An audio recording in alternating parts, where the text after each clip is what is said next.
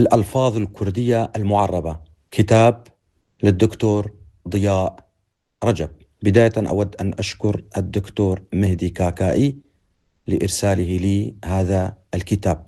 المؤلف في سطور: الاسم ضياء الدين، محل وتاريخ الولادة قرية جرنك الكبير شمال شرق قامشلي، والده الملا عبد الجبار رجب، تولد مدينة وان، والدته حمدية قاسم، تولد جزيرة بوطان. كل مراحله الدراسية الأساسية كانت في قامشلي.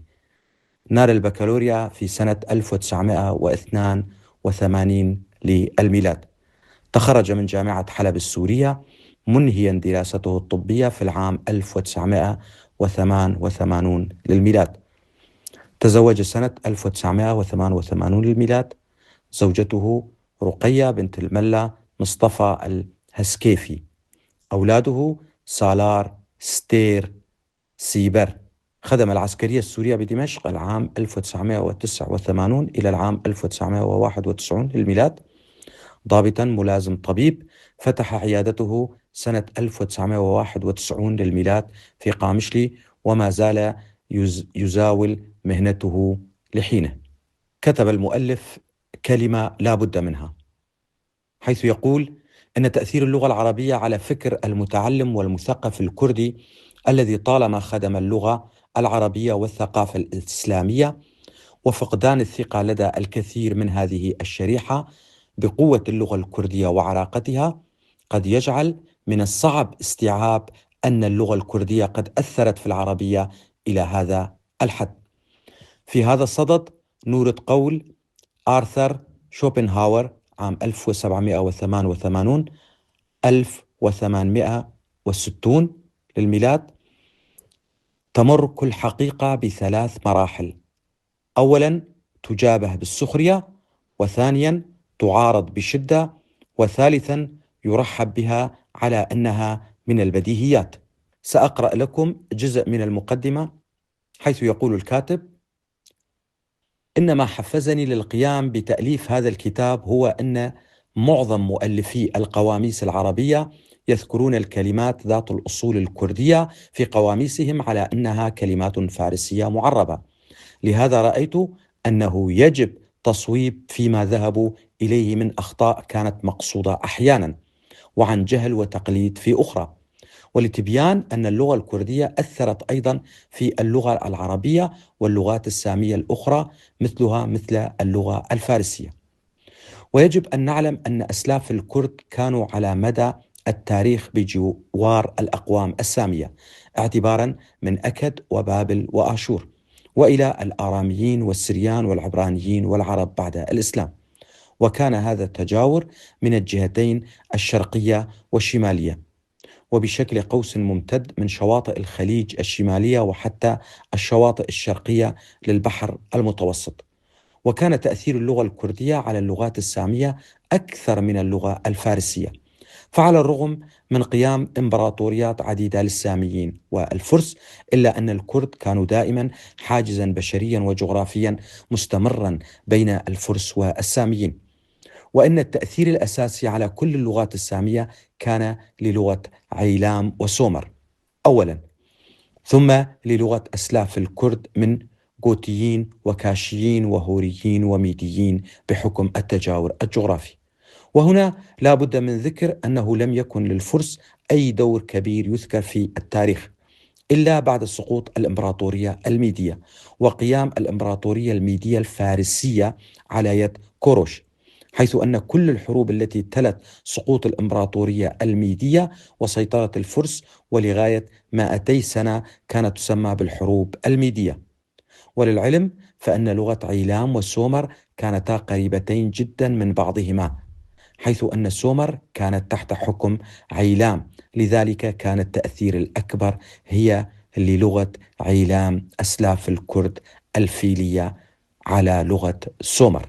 بحسب فهرس الكتاب فإن الكتاب يحوي 1683 كلمة كردية معربة على الأقل. نأتي إلى حرف الألف. الأستاذ: معربة من الكلمة الكردية هوستا، وتعني المعلم أو المدير أو العالم أو البناء. وفي البهلوية زيد الدال فصارت أستاذ. ومن البهلوية بأيام الساسانيين دخلت الكلمة في اللغة العربية بصيغة أستاذ. وبعد إنشاء المدارس الحديثة قام اللغوي الكردي توفيق وهبي بك باشتقاق كلمة ماموستا بدلا من كلمتي معلم ومدرس من كلمة مام، وهي كلمة تحظى بالاحترام في المجتمع الكردي، وأوستا أو هوستا بالمعاني السابقة. الأشنة جمعها الأشنيات، وهي الطحالب ذات اللون الأخضر التي تعتبر من النباتات البدائية.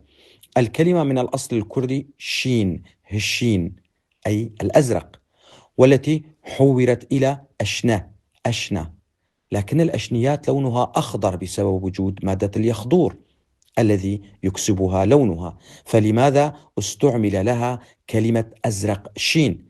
السبب أن الكرد يستعملون للخضروات لفظة شينايي أي أزرق، ولا يستعملون لها صفة اللون الأخضر.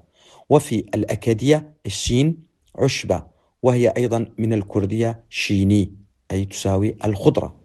الأسطوانة الشكل الهندسي معربة من الكردية ستون، وهي نفس اللاتينية ستون التي تعني عمود أو أسطوانة، ومنه كلمة الأستون التي هي أنبوبة السلاح الناري أو السبطانة.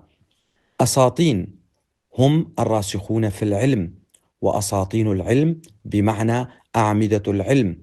الكلمة معربة من الكردية ستون التي تعني العمود.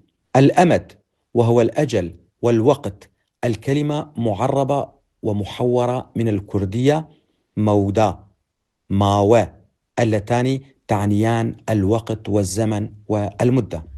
الإيوان معربة من الكلمة الكردية هيوان، وهو المكان المتسع من البيت الذي يحيط به 3 جدران، وقد يعني القصر كإيوان كسرى.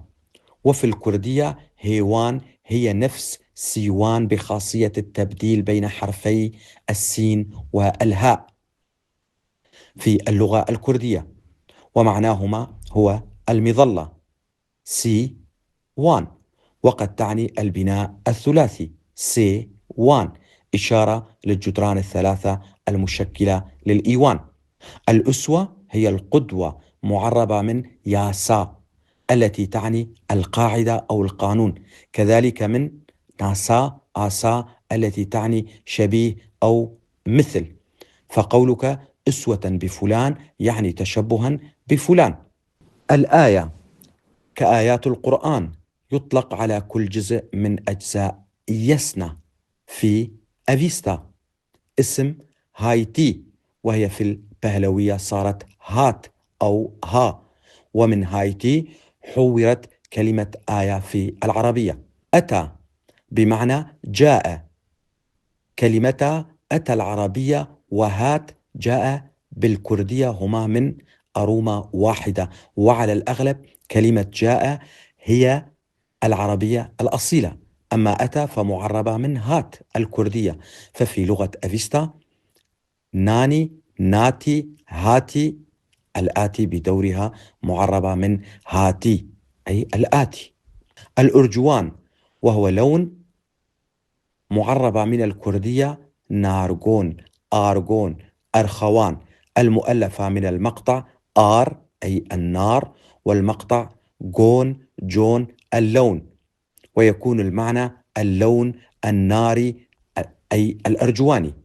الأجرة معربة من الكردية كيري، وهذه مشتقة من كرين أي الشراء، والألف في البداية مزيد. أسمان جوني، الأسمان جوني حجر كبير يشبه الياقوت، لونه أزرق ضارب للحمرة. الكلمة من الكردية أسمان جون، ويعني اللون السماوي، حيث أسمان السماء وجون لون، واللون الأسمان جوني هو لون أزرق شديد الزرقة يشبه لون الياقوت الأزرق. وقد أمرت الشريعة الموسوية الإسرائيليين باستعمال أهداب أسمان جونية في أذيال ثيابهم. وكانت الحلل الملكية تصنع من اللون الأسمنجوني والأرجواني، وكذلك حلل أصحاب المناصب الرفيعة. الاستئجار هو عكس التأجير من أجر. الكلمة من الكردية كيري أي أجرة. أتون وهو الموقد. مولد مختار الصحاح للرازي: الكلمة من الأصل السومري أدن، آتون أو كانون أو فرن، وهي توافق الكلمة الكردية إيتون التي تعني الموقد أو الشمس أو النار الشديدة أو الحرارة الشديدة. ومن هذه الكلمة اسم إله الشمس آتون بدلا من الإله آمون في الحضارة الفرعونية، بتأثير من الملكة نفرتيتي التي هي تادو هيبا الميتانية المولودة في واشوكاني الهورية. كلمة إيتون بمعنيين: الأول بمعنى الشمس، عندها يكون المقطع الأول إيتو المحور من أوتو إله الشمس السومري، تاو تاف أي الضوء والضياء في الكردية، والمقطع الثاني أون المحور من آن السماء في السومرية. وبذا يكون المعنى التفصيلي لكلمة إيتون أوتو آن ضياء السماء وهو الشمس. الثاني بمعنى التنور أو النار الشديدة، عندها يكون المقطع الأول إيت محورا من الكلمة تا أي حرارة، والمقطع الثاني تون يكون محورا من دان التي بمعنى موضع أو مكان في الكردية. وبذا يكون المعنى التفصيلي لكلمة إيتون تساوي تادان أي مكان الحرارة، وهو التنور مكان الحرارة الشديدة. تنور تساوي إيتون زائد وار. لكم الشكر.